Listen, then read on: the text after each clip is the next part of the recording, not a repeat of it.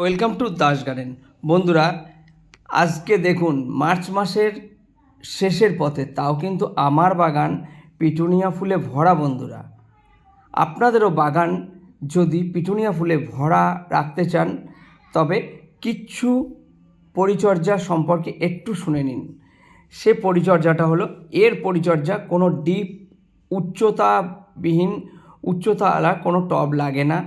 এর যত চওড়া টব দেবেন গাছ তত বড় হবে।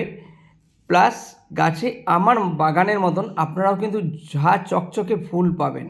বাগানে যদি পিটুনিয়া ফুল না থাকে, বাগান কিন্তু ফুলের বাগান বলে মনে হয় না।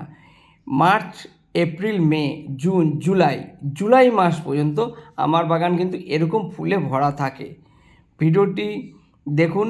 আর এর খাদ্য হিসাবে আপনারা অবশ্যই সর্ষের খোল পচা ইউজ করবেন, সেটা পরের ভিডিওতে আমি বলে দেবো। ভিডিওটি যদি ভালো লাগে বন্ধুরা, প্লিজ লাইক, শেয়ার, কমেন্টস করবেন। চ্যানেলটিকে সাবস্ক্রাইব করে নেবেন অবশ্যই।